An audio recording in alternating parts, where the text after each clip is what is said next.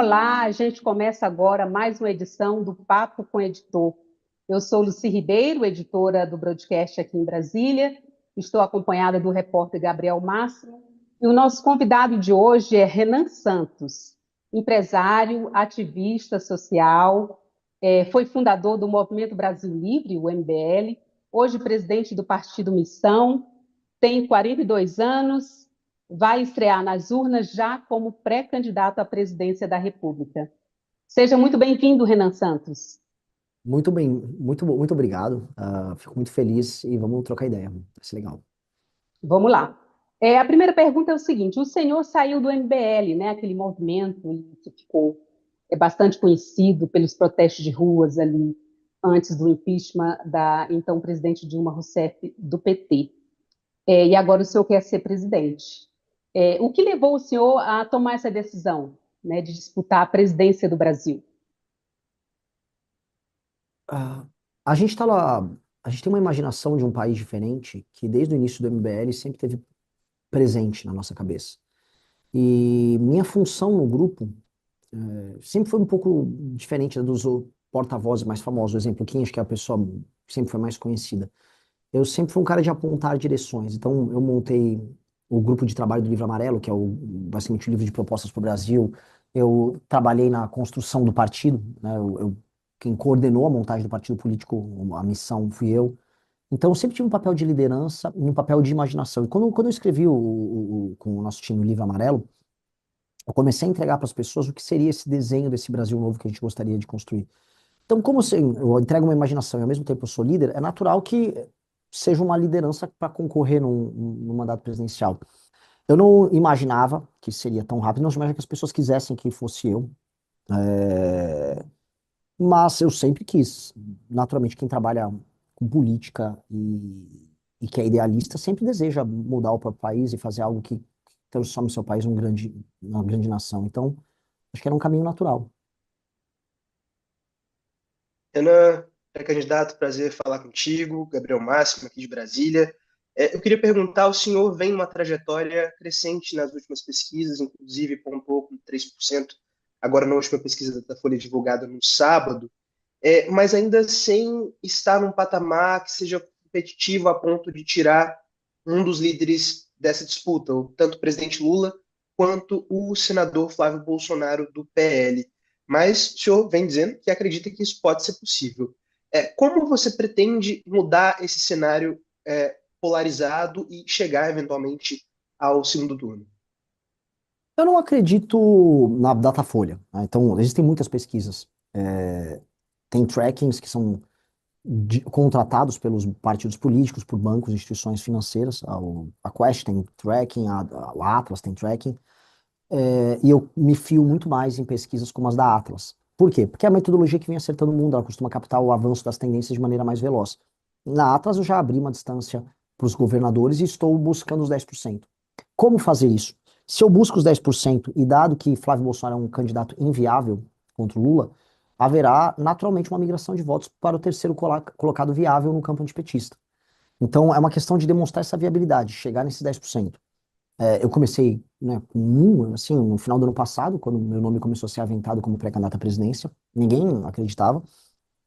Então eu ultrapassei eles. Então, assim, não me. Minha ideia fixa é buscar esses 10% antes do começo das eleições em agosto. E aí o senhor sugere que ele, sendo um candidato inviável, votos migrariam para você. Só que você também vai precisar de eleitores bolsonaristas, né? Aqueles bolsonaristas raiz, não só o não bolsonarista. O senhor já chegou a falar que é o único candidato que disse que realmente o ex-presidente Bolsonaro praticou um golpe contra o Brasil. Como é que o senhor vai conquistar esse eleitorado aí, do qual você vai precisar bastante? O próprio eleitor do Bolsonaro, a gente precisa entender isso. Quando eu falo eleitor, a gente tem que separar eleitor antipetista de eleitor bolsonarista. São duas coisas diferentes. Todo bolsonarista é antipetista, mas nem todo antipetista é bolsonarista. Essa é a primeira separação. O eleitor bolsonarista raiz, o famoso tiozão do Zap, não apenas ele acha que o Bolsonaro tentou dar um golpe, a diferença é que ele concorda. Ele só acha que a nomenclatura não é essa. Ele acha que o Bolsonaro estava fazendo uma libertação do Brasil contra o STF e tal. Então ele trabalha com, vamos dizer, ele trabalha com, ele sabe o que eu tô falando. Ele só acha que isso foi positivo. Ele acha que, poxa, que o Bolsonaro deveria ter ido até o fim. Esse eleitor raiz do Bolsonaro não dá mais de 10 a 15% do eleitorado total, mesmo. Não é uma questão demográfica. E aí existe um eleitor antipetista, especialmente entre os seus 30 a 55 anos, que toma decisões que são racionais e pragmáticas contra o PT. Esse eleitor ele é menos ideologizado no bolsonarismo. Então, esse eleitor dá para buscar. Sobre aquilo que você falou, acho que você está falando de um teto de 25%. Se eu chegar nisso, é que eu não acho que exista esse teto de 25%, mas se eu chegar nisso, eu derrotei o Flávio. Se eu bater 20 e poucos por cento, o Flávio não vai para o segundo turno. Então, eu acho que é um processo, e as pessoas, eu volto a colocar, as pessoas vão fazer voto útil, e também existe uma outra coisa que tem que ser colocada em perspectiva na leitura eleitoral, que uma coisa é o número, quem você, diante de uma cédula, de uma pesquisa, você coloca ali, vou votar no fulano porque é o top of mind, é o primeiro nome que vem à cabeça. Ela não mede a adesão. A Atlas costuma medir melhor a adesão. Do tipo, quanto eu estou engajado na campanha desse candidato que eu estou sugerindo o nome, o quão eu estou querendo ajudar, quanto eu estou convertendo pessoas. Nesse sentido, a campanha do Flávio é uma campanha morta. É uma campanha de defesa, não é uma campanha de ataque. Ela não vai avançar sobre os outros eleitorados, ela tem que defender o que ele tem por conta do legado do pai. E esse tipo de campanha costuma perder. Para você vencer, você tem que ter uma energia de expansão. E não é o que está acontecendo ali. E o senhor acha que esse caso Master vai piorar ainda mais a situação do Flávio? Vai, vai. Vai e não só o Master, né? Eu acho que o Flávio ele tem uma gama de histórias mal contadas na gestão do governo do Rio de Janeiro, a relação dele com o Bacelar TH Joias, escândalo no INSS via Willer Tomás. Agora mesmo começaram a pegar os escândalos de rachadinha do irmão dele, isso vai acabar espirrando nele. O Flávio é muito cheio de encrenca, então é, espera-se, né, que vai acontecer essas coisas nas próximas semanas. Agora, pré-candidato, o senhor tem dito que o seu grande foco, prioridade número um, de um eventual governo seu será a segurança pública. Entre as suas principais propostas está, por exemplo, a possibilidade de colocar cidades controladas pelo crime organizado em estado de defesa e também a aplicação da tese jurídica do direito penal do inimigo, que suspenderia garantias constitucionais para alguns criminosos. E aí, diante disso, eu te pergunto, como o senhor pretende evitar que essas exceções se tornem regra e acabem virando abusos do Estado brasileiro, caso o senhor venha a ser presidente? Delimitação muito clara. Essa lei, como ela prevê uma retirada de direitos e prerrogativas de determinados brasileiros, ela tem que ser muito clara, não pode ser aberta. O maior perigo dela é a interpretação extensiva feita pelo judiciário, vamos ser claros. O judiciário vive disso hoje. Então, a letra da lei, né, vamos dizer, a redação de um projeto desse, ela tem que ser muito clara, muito clara. Então, o que delimita o que é uma facção criminosa? O que delimita o que é ocupação territorial? O que delimita o pertencimento nessa facção? Isso tem que ficar muito claro para não haver interpretações extras, porque a interpretação extra vai gerando as derivadas que podem gerar vamos colocar aqui, um abuso, né? E a gente sabe que o judiciário brasileiro é especialista nisso. Então, a redação tem que ser muito clara, não pode haver espaço para tampouco interpretação por parte do judiciário e muito menos de inovação. Porque senão, naturalmente, uma legislação dessas, ela geraria exceções para perseguições políticas, né? Eu me refiro assim, agora vamos enquadrar, né, entre um governo de direita que vai querer enquadrar o adversário dele de esquerda como uma organização terrorista. Isso não pode acontecer. Isso não pode, entendeu? Então tem que ser é uma delimitação muito estrita e ela tem que permitir apenas que o Estado possa agir de maneira veloz e intensa com relação a esses membros dessas facções. É bem específico. E assim, só para complementar, esse tipo de legislação existe ao redor do mundo e funciona. Nós não temos, vamos dizer, interpretações extensivas. A gente não tem um judiciário brasileiro, mas o mundo conseguiu resolver essa questão. Não é uma novidade que eu estou propondo. É, mas seria uma ideia assim, mais radical para o Brasil, né, Não, pré-candidato? não. Acho que é uma ideia meramente lógica. Olha, se você faz parte de uma organização política, político-terrorista, são essas facções, que vivem através do crime e de atos de violência recorrentes, e cujo pertencimento a essa facção é o seu modo de vida, portanto, cometer crimes contra o Estado brasileiro, negando a lei brasileira permanentemente, inclusive ocupando o território, é sua atividade, veja, o Estado vai ter que combater eles a contento. É como se fosse um invasor estrangeiro. Para a gente entender, o PCC é que eles falam português. Mudem o nome do Comando Vermelho para Red Commando. Aí seria uma entidade anômala gringa instalada no Brasil. O Estado brasileiro ia declarar guerra a ela. Né? E nem estado de defesa, que ele está em estado de sítio, e ia botar as forças armadas e as forças policiais para destruir eles. A gente está reconhecendo que eles são essa entidade anômala. Eles mesmos se reconhecem assim. Então, quando há uma ocupação territorial, há uma tomada de legitimidade daquele território por parte deles, que tem um reconhecimento hoje tácito por parte do Estado. Os serviços públicos não chegam a contento nesses lugares. Então, isso pressupõe do Estado que não vai poder tratar uma pessoa que faz isso como um ladrão comum. Vamos supor, um ladrão invadiu a tua casa. É um ladrão. Invadiu a tua casa, a mão armada e roubou um negócio. Ele não é um faccionado. Ele tem que ser muito punido. A meu ver, se ele apontar uma arma pra você, né, ele deveria dessa para uma melhor. Dito isso, o membro da facção é diferente. Esse cara tem que ter direito de defesa. O ladrão que invadiu a tua casa ou invadiu a minha casa.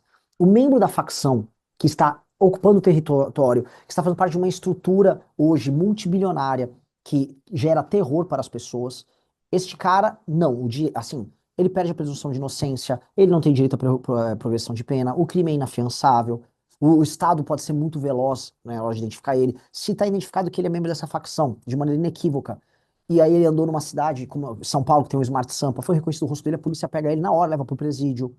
É um regime especial para alguém que está numa situação especial. Isso não é radical, em nenhum termo. Pré-candidato, agora vamos falar um pouquinho de economia. O senhor tem defendido que, se eleito, né, pretende fazer uma série de reformas. Uma delas é a reforma da Previdência. E qual modelo o senhor adotaria, caso fosse eleito? É uma reforma paramétrica. O que eu quero dizer de reforma paramétrica? São sobre os parâmetros que hoje não estão corretos, que envolvem privilégios para o funcionalismo e algumas diferenças de idade para alguns casos especiais. É basicamente isso, é resolver os parâmetros. E estabelecer um gatilho baseado no IBGE para o aumento da idade da aposentadoria. Então, se a idade de sobrevida do brasileiro aumenta-se automaticamente sem precisar fazer uma reforma. É isso. Resolver os parâmetros, porque a última reforma ela foi tão eivada de exceções que ela não foi suficiente, nem de longe. Então, nós precisamos resolver isso. A reforma é um modelo paramétrico. E isso envolveria parâmetros de idade, mas também de serviço público, de serviço privado, como que seria? Com certeza, o serviço público, que o serviço público é o maior beneficiado nas exceções, de longe. Pré-candidato, o senhor também defende uma redução da carga tributária. E aí, diante disso, eu lhe questiono se o senhor é favorável à manutenção do imposto sobre valor agregado, como foi aprovado na reforma tributária de 2023, ou o senhor pretende alterar esse modelo? Eu sou muito realista. Tento ser realista em tudo e com vocês, vou ser o mais honesto possível. Eu defendo a redução da carga tributária, dito isso, eu vou conseguir fazer isso no segundo ano após uma reforma fiscal. Sem reforma fiscal não tem reforma tributária. Porque a despesa no Brasil está num processo de estouro. Então, o candidato a presidente que virar e falar, não, agora eu vou cortar imposto, tá dodói, tá doidinho, tá falando besteira. Então, não dá para cometer molecagem aqui. Temos que mexer nas alíquotas, mas pós-reformas fiscais, que eu quero fazer já na transição, na nossa agenda de reforma fiscal. Do ponto de vista da reforma atual, a que passou, os parâmetros dela geraram muitas insatisfações em muitos setores. Eu gosto do modelo, eu acho o modelo bom, não acho o modelo do IVA ruim. Acho que o fim dessas competições entre os estados é bom. A ideia de diminuir todo o trabalho tributário que haverá para você conseguir fazer, por exemplo, pagamento dessas DARFs, né? Não sei como é que é o nome que vai ficar, vai se alterar. Isto posto. E outra coisa que vai beneficiar os municípios produtores, né? A cobrança sendo o destino. Acho que isso tem um efeito muito positivo, inclusive para Pacto Federativo. Acho que isso vai ser muito legal para resolver problemas de arrecadação para municípios. Isso tem tudo ser mantido. E aí, alguns benefícios setoriais, isso tem que sentar e conversar. porque tem muito setor reclamando, né?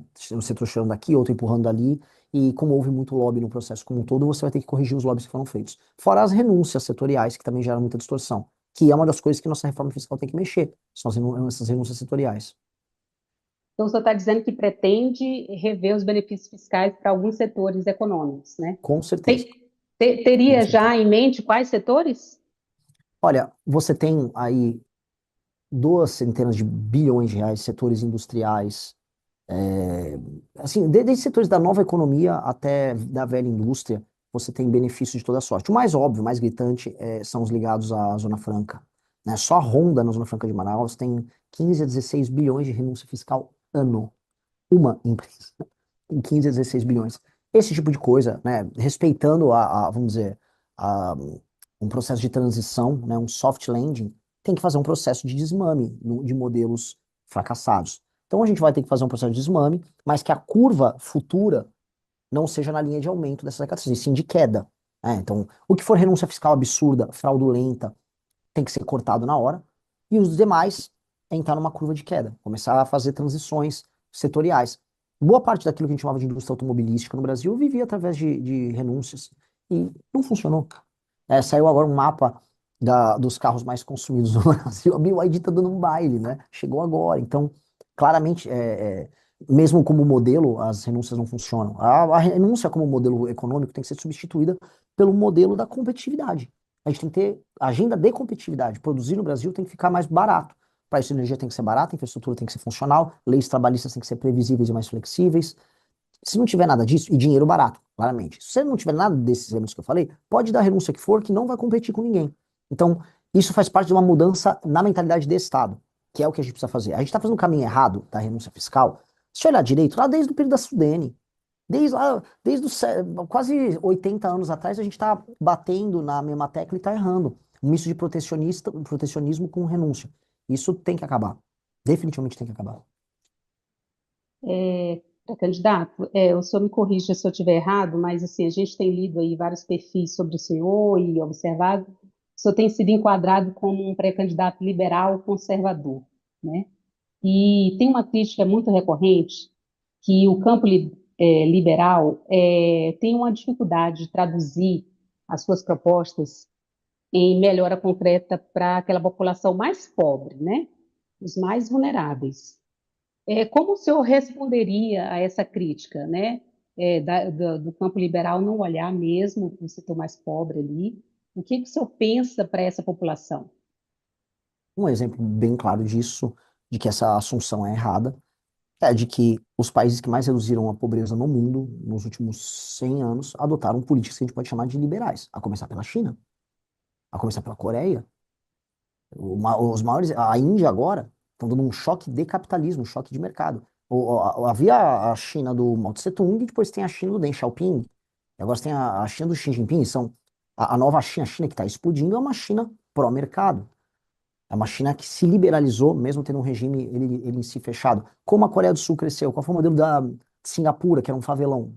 Então, claramente, políticas pró-mercado funcionam. E no Brasil, a melhor política social chama-se Plano Real. Plano Real foi um exemplo de uma política social que mexeu na inflação, ajudou a debelar a fome. Então, eu não acho que essa crítica ela é uma crítica tola que a esquerda que gosta de trabalhar com luta de classes faz, do tipo, eles não estão olhando por vocês. Isso é meio vazio.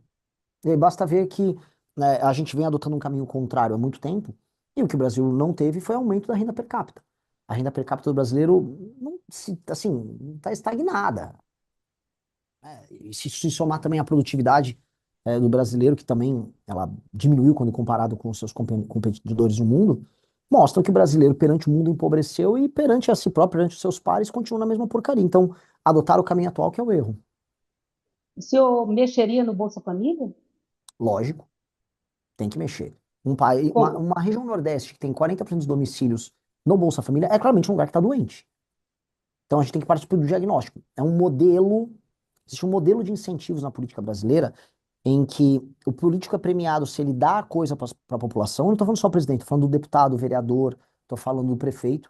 E não aumenta, não tem compromisso com o aumento da atividade econômica e tampouco com a consecução de políticas públicas que melhorem a formação daquele capital humano dessas cidades. Por exemplo, a educação nos lugares mais pobres vai muito mal, saneamento básico vai muito mal, infraestrutura péssimo, atividade econômica nula. Mas se você der um Bolsa Família e empregar alguém dessa família, dessa pessoa na prefeitura, você vai girando o ciclo, que é o ciclo que a gente está vivendo há muitos anos.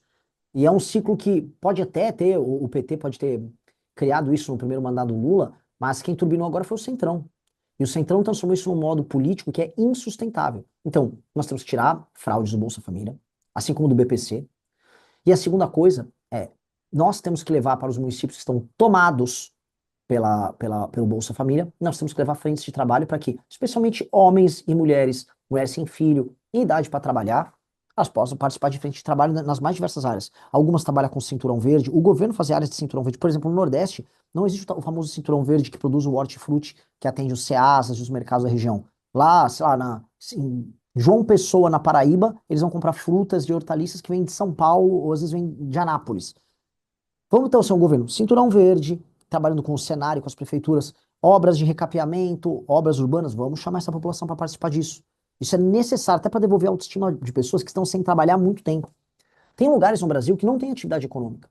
E o problema, a questão do Bolsa Família é uma questão muito complexa, porque você fala, ah, não, tem que tirar, corta. Tá, mas se você corta isso num município em que não há atividade econômica, aquelas pessoas vão morrer de fome, porque não há atividade econômica nos municípios dela. Então, o foco nosso é exigir dos prefeitos, e aí a nossa lei de responsabilidade gerencial vai nessa linha, exigir dos prefeitos uma política muito clara de aumento de atividade econômica formal no município dele, e se ele não aumenta a atividade econômica no município dele, basicamente aumento de PIB, ele tem que ficar inelegível, porque esse é o principal indicador para medir que aquela cidade está se tornando viável, né? Se as pessoas não estão conseguindo sustentar, quer dizer que a cidade não é viável.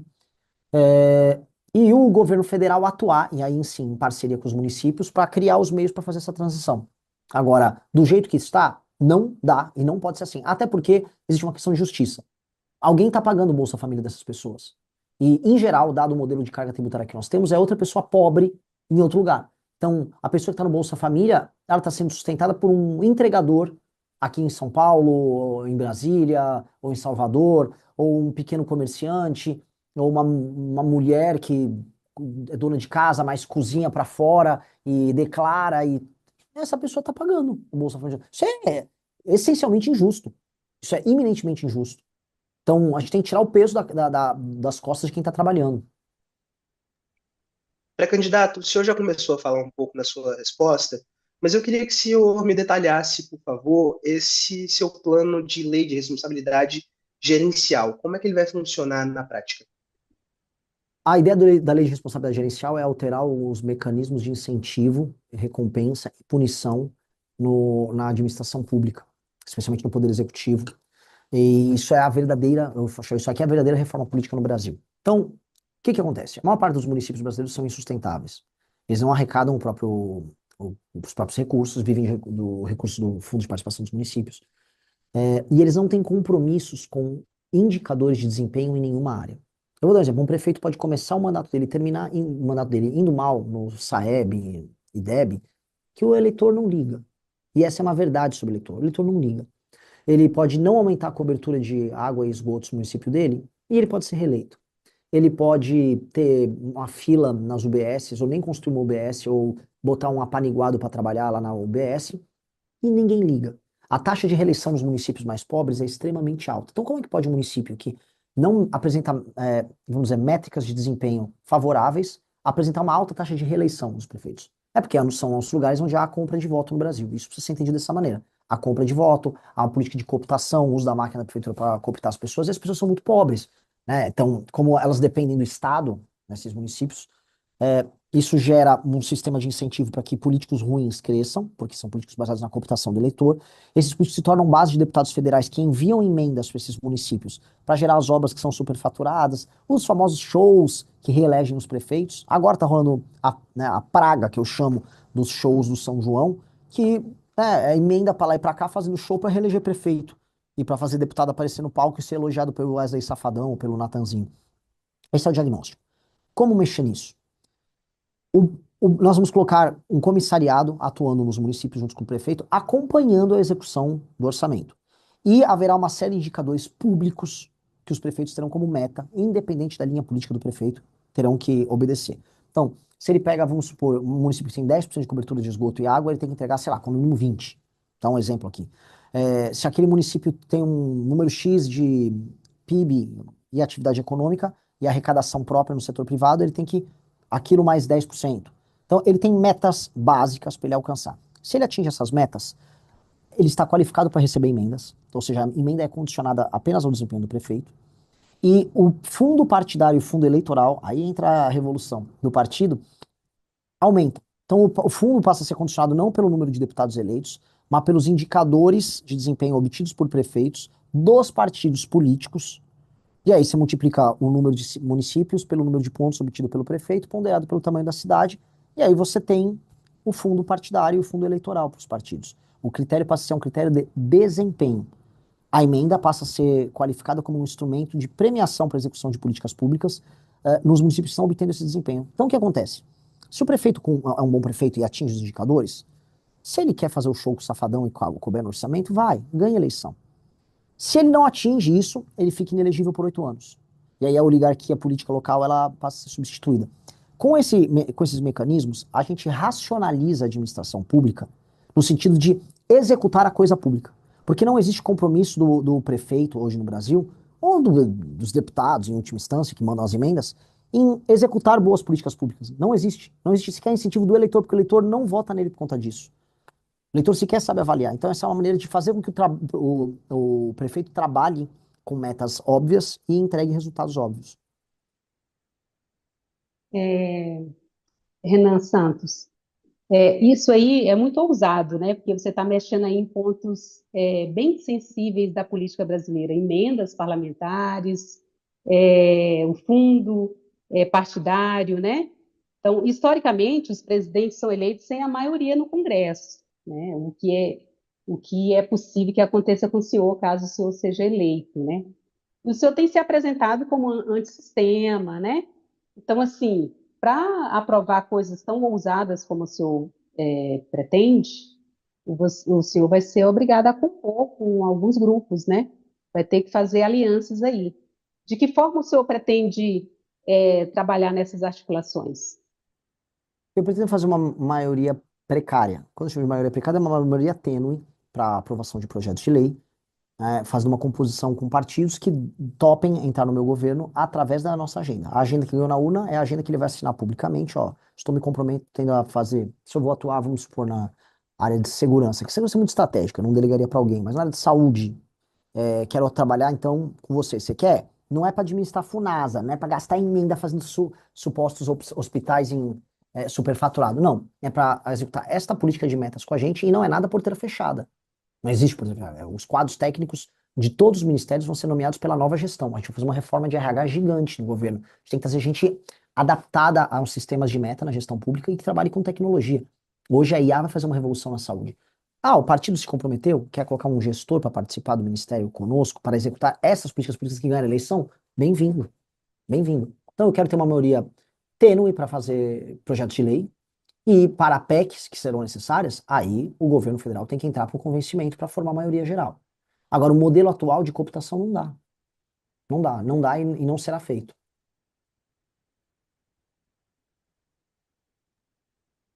Pré-candidato, uma coisa. No sábado, o deputado Kim Kataguiri foi anunciado como seu futuro ministro de reforma do Estado.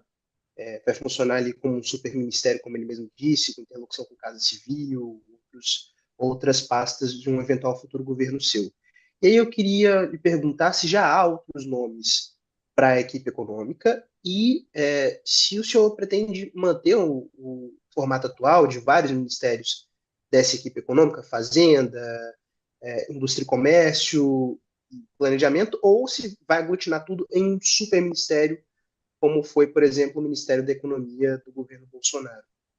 Eu jamais mudaria o nome de ministérios tradicionais, tá? Ministério da Fazenda tem que ser Ministério da Fazenda, porque historicamente é Ministério da Fazenda.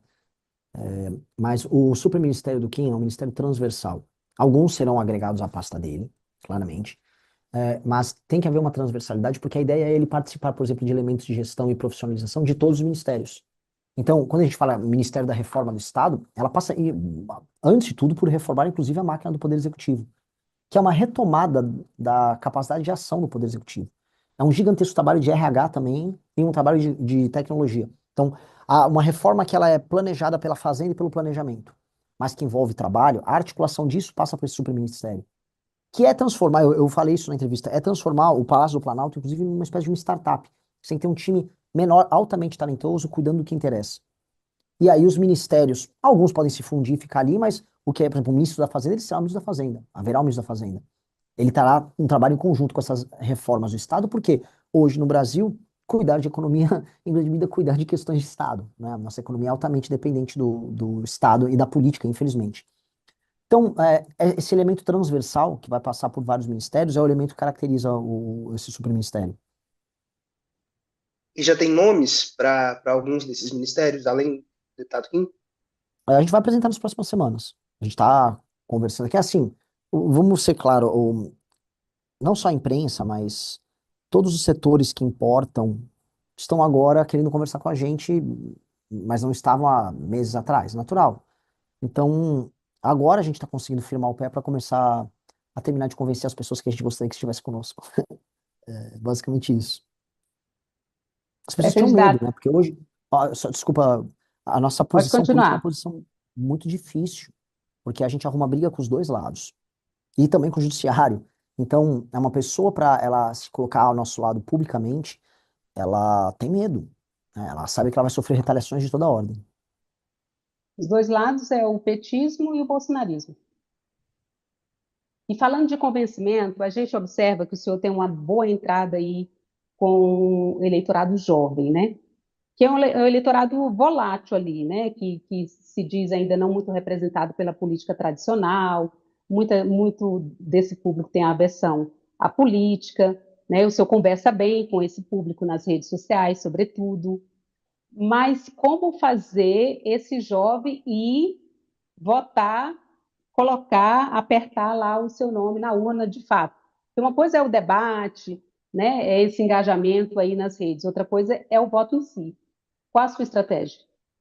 Não, eu acho que eu não estou nem um pouco preocupado com o jovem, nem um pouco, porque ele já está engajado. O jovem, ele passa por processos de alienação e de esperança. Agora é um processo de esperança dos jovens. Quem está alienado e quem está desesperançoso são as pessoas mais velhas. As pessoas mais velhas, a esquerda, viram que o governo Lula foi fraco. Essa é a real. Ninguém está motivado em fazer campanha pro Lula. E o bolsonarismo morreu. Ainda mais um candidato como Flávio. Então é um fenômeno morto. Os mais jovens, entretanto, como a gente veio com uma perspectiva cheia de novidades, tá? Uma visão de Brasil otimista. Nossa campanha é uma campanha pré-campanha, uma pré-campanha otimista. Por ser uma pré-campanha otimista, isso agrega essa energia dos jovens. E eles estão fazendo uma pré-campanha colossal para mim. Então, não vejo problema. Inclusive, a conversão deles, isso não me preocupa. O que me preocupa agora é o crescer nas outras camadas, vamos dizer, etárias da sociedade.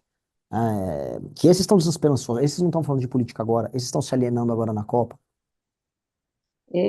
Seria o público 50 mais, 60 mais? 60 mais está muito, muito alienado, por várias razões. Tá, não tem um horizonte político mais para essas pessoas. Essas pessoas cometeram um engajamento ao longo dos últimos anos, tanto para o Lula quanto para o Jair, muito forte, e deu errado. É como se no jantar, vai ter, sei lá, Dia dos Pais, Dia das Mães, vai ter um jantar ali, aí eles sentam, eles nem brigam mais, eles só não falam de política. Porque não dá. Você é ladrão também. Mas o seu também. Perdeu, não tem um horizonte positivo, então eles estão desengajados. Isso é perceptível. Eu rodei, por exemplo, Santa Catarina, que era para ser, né? Viva Flávio. Derretendo, meus trackings em Santa Catarina são maravilhosos. O que que Então, dizem? hã? O que que os seus trackers dizem? Que Santa Catarina. alguns estados, eu vou dar um exemplo, alguns estados, você tem algumas assimetrias, né? E, por incrível que pareça, eu não estou tão bem nos estados que eu nasci, como São Paulo, ou bem como eu deveria, porque eu não foquei aqui. E em alguns lugares, como Rio Grande do Norte, eu vou super bem. Santa Catarina, mais de 10%. Então, isso anima muito, muito mesmo. Então, o público que o senhor quer trabalhar melhor é o público da melhor idade, né? Aí não necessariamente, porque se eles estão desengajados, a quantidade de energia que eu tenho que colocar para convencê-los é muito grande. Existe um público que vai dos 25 aos 55, que tá na rua. Esse público é o assaltado. Um aposentado passa a maior parte do tempo em casa. Ele não vive boa parte do drama da violência, como as pessoas que estão na rua vivem. Então, o moço e a moça de 25 a 55 anos, o adulto brasileiro, este sim está em disputa. E é esse que a gente tem que buscar com maior energia. Pré-candidato Renan Santos, a gente chegou aqui ao final dessa conversa. A gente ainda teria um monte de pergunta para fazer, né, Gabriel? Pode marcar Mas outras enquanto, tá? Eu vamos faço. marcar outra. Vamos sim, vamos marcar sim. A gente vai chegando ao fim. O senhor quer falar alguma coisa antes da gente Queria só terminar? agradecer a oportunidade, estamos à disposição, estamos todo dia com vídeos, lives, enfim, minha opinião está sempre aberta. Obrigada pela disponibilidade e sucesso no trabalho. Obrigada, Gabriel Máximo, que dividiu essa entrevista comigo, o Bruno Nogueirão, que fez a ponte remota aqui, o Papo com o Editor, e até uma próxima edição do programa.